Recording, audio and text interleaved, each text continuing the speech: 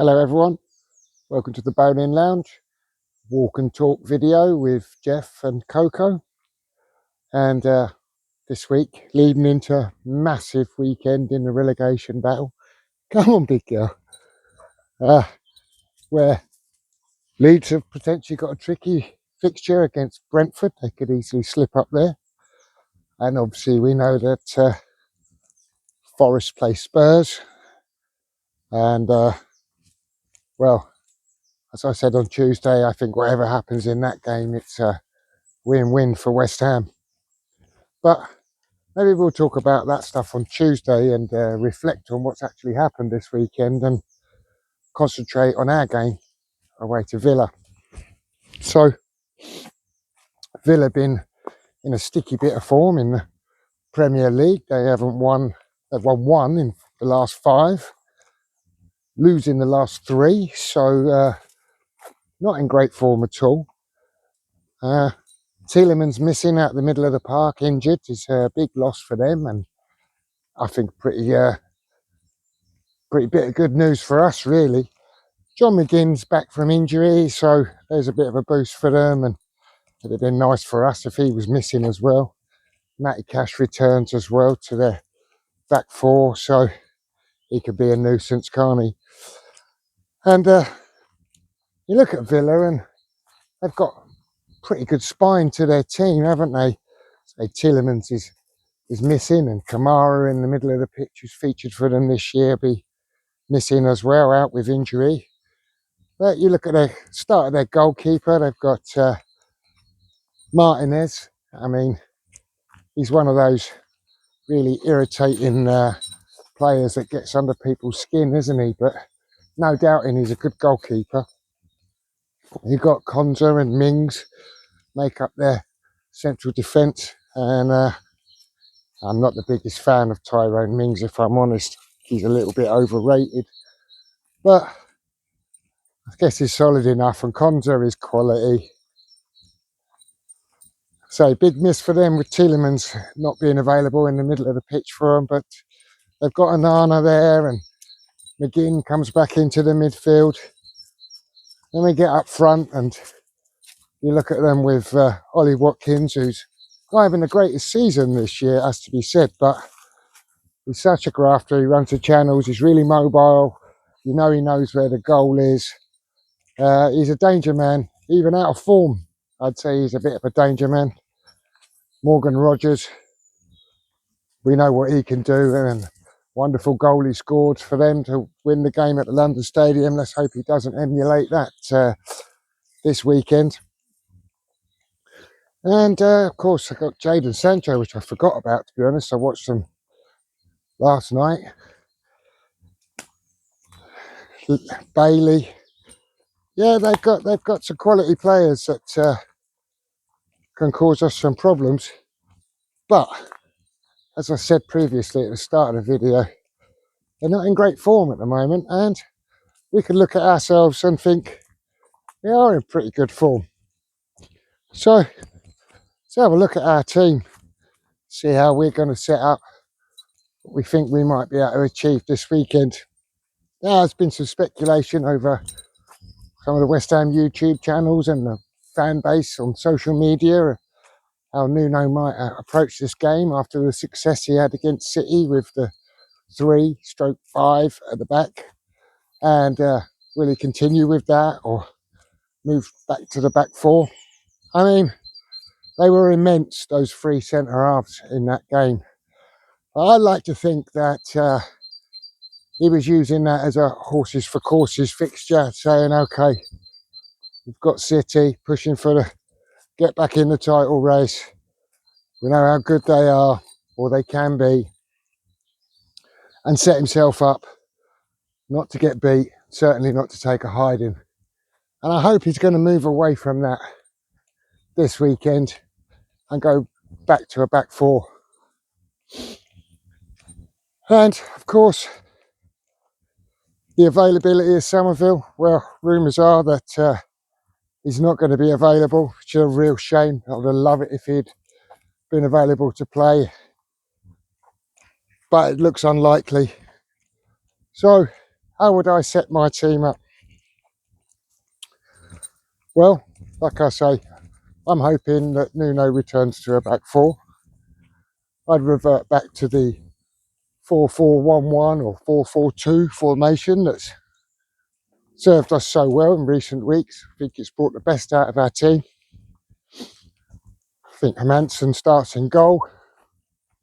Nuno seems to like him. He seems to be his league goalkeeper. And as I've said before, I'm not too fussed about the goalkeeper situation. I don't think there's too much between him and Areola. But I do like the way the ball sticks to Hermansen a little bit more. I do like the way he catches it, gathers it in. So I'm quite happy with Hermansen starting in goal. Got no problem with that whatsoever. Right back, I'd have Wan-Bissaka. Now, I know he's coming for a little bit of criticism over the last couple of weeks.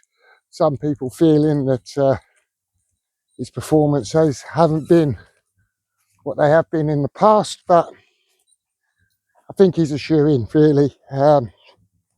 So he'd be in my team.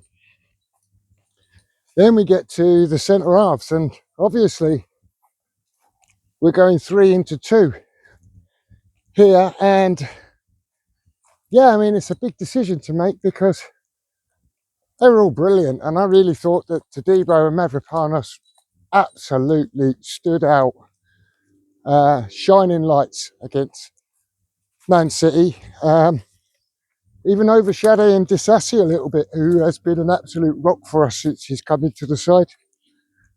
And I can't see Disassi not starting. So it means that one of Mavropanos or Todibo is going to be pretty unlucky, really, on the back of their previous performance. But for me, Mavropanos has to start. He has been absolutely immense. And it's a bit harsh on Todibo because I thought he had an absolutely fantastic game. But what an option to have to bring off the bench. And we should be fortunate enough to find ourselves in a position where we've got a lead to defend, try and see the game out.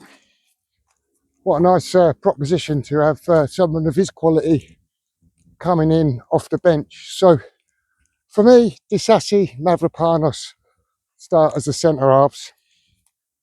Now we get to left back. Now, obviously, Somerville's missing on the left hand side, so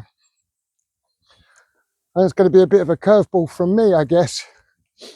I think I'd start with Walker-Peters at left back. The reason I'd do that is because I think I'd push Jeff in front of him on the left hand side.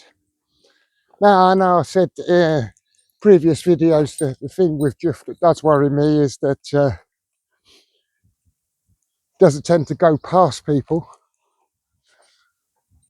Certainly not in the way, ball carrying way that a Somerville does. But the other option is Traore, and I don't really want to see Traore start the game, if I'm perfectly honest. Defensively, I don't think he does enough and could leave our left back exposed. And I'm not sure how much he offers over 90 minutes. If he were to start the game, I think he'd have to be subbed off. So I'd quite happily consider bringing him on during the game. That's an attacking option. But I'm going to start with Jeff. We know he's got the quality to put some crosses in there. So for this game, that's what I'm going to do. And I feel like I'm a little bit forced into that. But it'd be my preference to have Jeff there over Traore. Middle of the park. Souček's been doing so well. So you can't really leave him out. And Fernandez, he just makes us tick, doesn't he? He's young, he's got legs, tackles hard, can carry the ball, picks a pass. everything you want from a central midfielder, really. So that'll be my two in the middle. And I think we've got options off the bench now. So again, if we need to shore up that midfield, or if Souček's tiring later in the game, we've got the likes of Magassa, Potts and Kante, who's been quite impressive his last couple of appearances for us, who can come in and perhaps make a difference in the middle of the park there. So pretty happy with that setup, to be honest with you. And Bowen on the right hand side. The good thing with Bowen is, much like Jimmy on the other side, we know his work rate is there to support his fullback. We know he can carry the ball, get up the pitch, and also he's got a goal in him. So that's my four across the middle. And then I'd play Tatty in a slightly deeper role. I think he can help fill in that gap in the midfield when we're defending, if needs be. And I start Pablo up front. Now the thing is, with both of those guys, we know that their work rate is beyond question, really. They're just gonna, what is she doing in the background?